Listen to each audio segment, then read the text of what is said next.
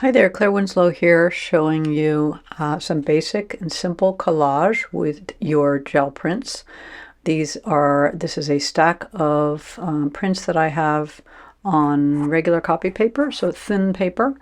I've got some mixed media paper to collage on, a ruler, some glue, and something to cut with, like X-Acto. Or if you have a cutter, that's even better. And let's get going. This is super quick and easy, and I'm just making kind of a few little pencil marks. I'll probably just draw light in pencil, just a box of where my image area is.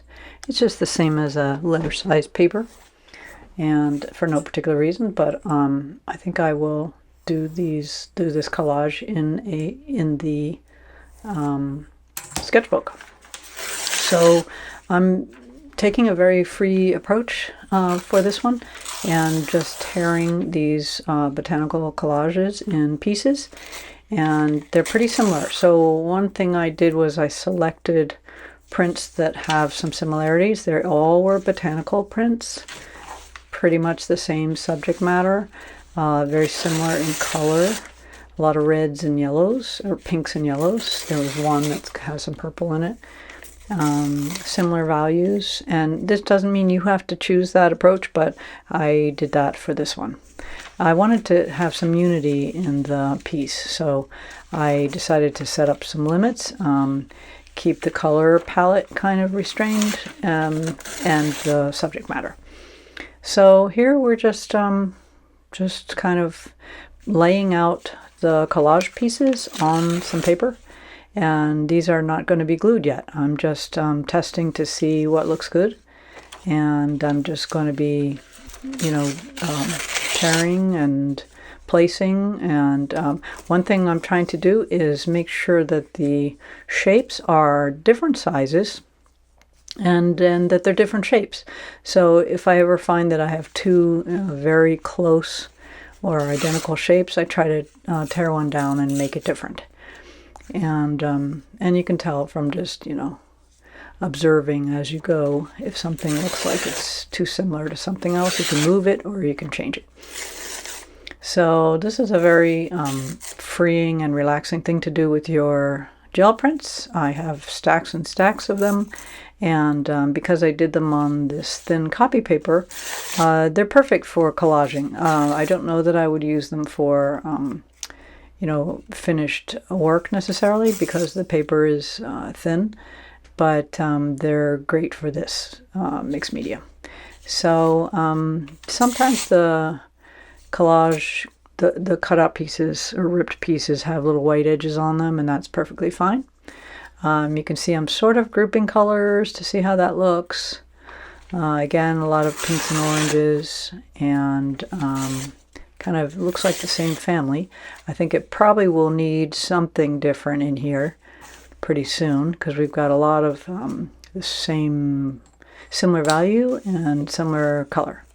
So we'll see how that goes. I'm also cutting off the white edges, and because we really don't need that. So let's try adding a different, like a purple bluish color for contrast. This also gives us some darks, which I think we need now. Cutting off edges. And it's really freezing cold and snowy today, so this is a really nice, relaxing thing to do on a day like this in winter. Makes me think of the summer too. So I'm trying to think about where to put this big darkish piece without placing it, smack in the center. Just because sometimes when you put a dark piece in the center, it's kind of like a bullseye, and it just pulls your eye in, and then your eye doesn't know where else to go. So usually I prefer to keep these darker pieces on the edges, and in that way it kind of anchors the piece. And then I also like to work kind of in threes or sometimes fours. So meaning that, I might choose 3 torn pieces from the purple blue print, and maybe 3 of the yellow and 3 of the pink and yellow.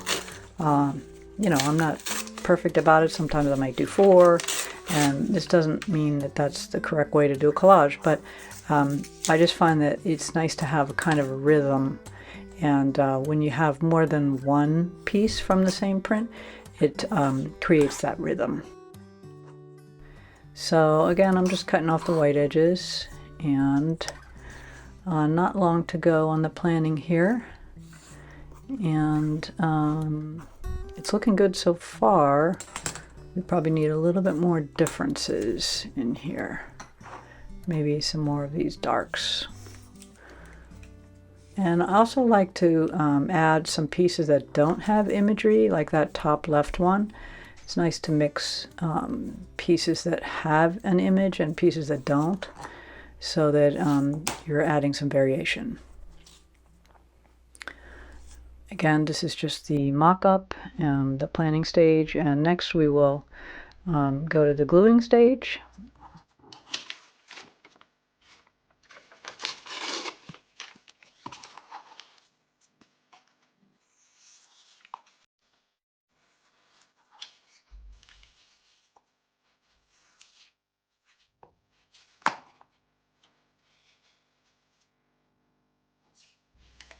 Okay, we've got a lot of little white bits in there. We'll probably want to fill those with some small pieces.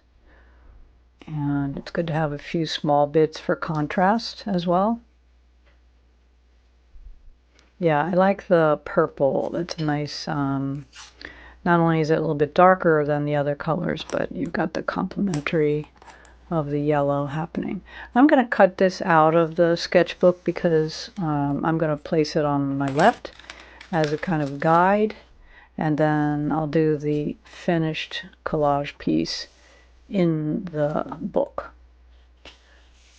So I'm just moving that over, and now we will get to the gluing part.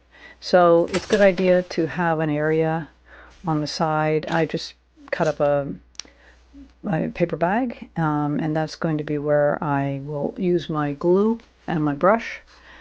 Again, I'm just making some rough lines. I'm using Mod Podge here with just an ordinary craft brush, and I have water in case you need to rinse out your brush. I don't usually need to do that in the middle, but if I do take a break, I'll just leave my brush in the water.